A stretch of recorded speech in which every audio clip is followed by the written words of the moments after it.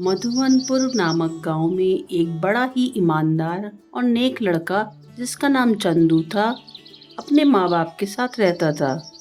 चंदू के पिता एक किसान थे, लेकिन कुछ महीनों से वह बहुत बीमार रहने लगे थे। उसकी माँ गीता एक दिन चंदू से कहती है, बेटा चंदू, तेरे पिताजी की बीमारी तो ठीक ही नहीं हो रही है। अब सारा घर का भार तेरे ऊपर है। अब तुझे ही पूरा घर चलाना है। माँ, तुम चिंता मत करो। सारी परेशानियों का कुछ ना कुछ हल ज़रूर होता है। मैं अपने खेत पर खूब मेहनत करूँगा और उससे खूब अच्छा पैसा कमाऊँगा। लेकिन बेटा, अपना खेत भी तो इतना उपजाऊ नहीं है जो तू उस पर अच्छे से खेती कर सके। और तो और, साहूकार का कर्ज भी तो चुकाना है, नहीं तो वह अपने खेत पर कब्जा कर लेगा। वैसे भी वह बहुत ही लालची है। हाँ माँ, तुम ठीक कह रही हो। साहूकार हमारा खेत हड़पना चाहता है।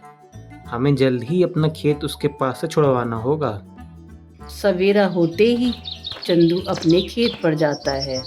कुछ देर खेत पर काम करने के बाद वह एक पेड़ के नीचे लेटकर आराम करता है कि तभी थोड़ी देर बाद उसके मुंह पर पेड़ पर से एक जोड़ी चप्पल गिरती है। वह तुरंत उठकर बैठता है। अरे अरे, ये चप्पल कहाँ से आ गई?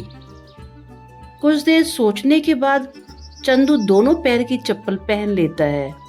चप्पल पहनने के बाद वह खेत जोतता है और मन में सोचता है, काश अब की बार मेरी खेती खूब अच्छी हो जाए, जिससे मैं साहूकार का पैसा देकर उससे अपना खेत छुड़ा सकूं।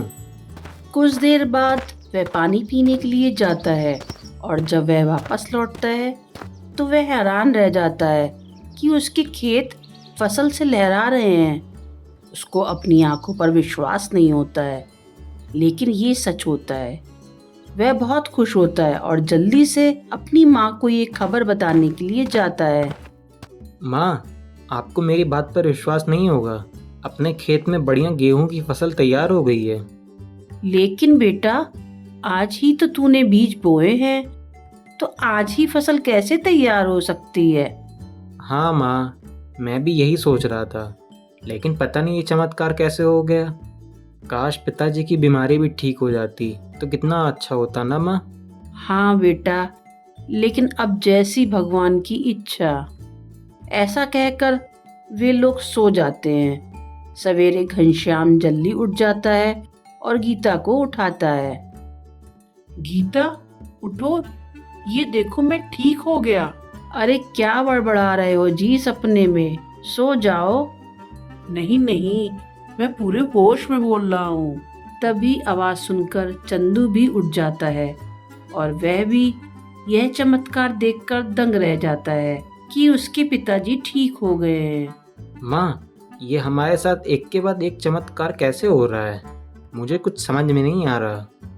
इसके बाद चंदू चप्पल पहनता है और सोचता है, काश आज मुझे हलवा खाने को मिल जाता तो मज़ा ही आ जाता। बेटा, ये सब चमत्कार अचानक से कैसे होने लगे? फसल तैयार हो गई, तेरे पिताजी ठीक हो गए, और अब ये हलवा? माँ, मुझे तो लग रहा है जब से मुझे इस पेड़ के नीचे से ये चप्पल मिली है, तब से हमारे साथ कुछ ना कुछ अच्छा हो रहा है। मैंने जो भी सोचा वो ये चप्पल पहनकर ही सोचा था। लगता है ये कोई जादुई चप्पल है।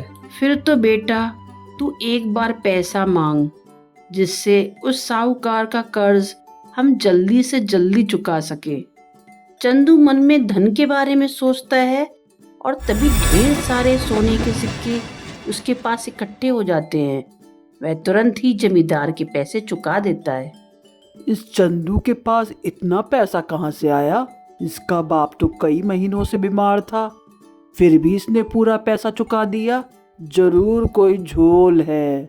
वह अपने एक नौकर को चंदू के घर जाने को कहता है और सच्चाई का पता करवाता है।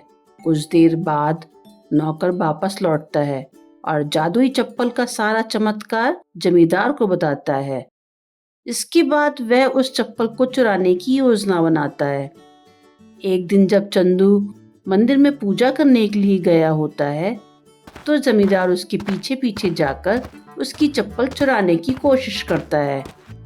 वह जैसे ही चप्पल को हाथ लगाता है कि तभी उसके मुंह पर खूब चप्पल चप्पल पड़ती है। सारे गांव वाले ये सब देख रहे होते हैं। जमींदार की तो बहुत बेइज्जती होती है और वो वहां से अपनी जान बचाकर भागता है। समय बीतता है और धीरे धीरे चंदू अपने लिए एक नया घर बनवा लेता है और खुशी खुशी अपने माता पिता के साथ रहता है।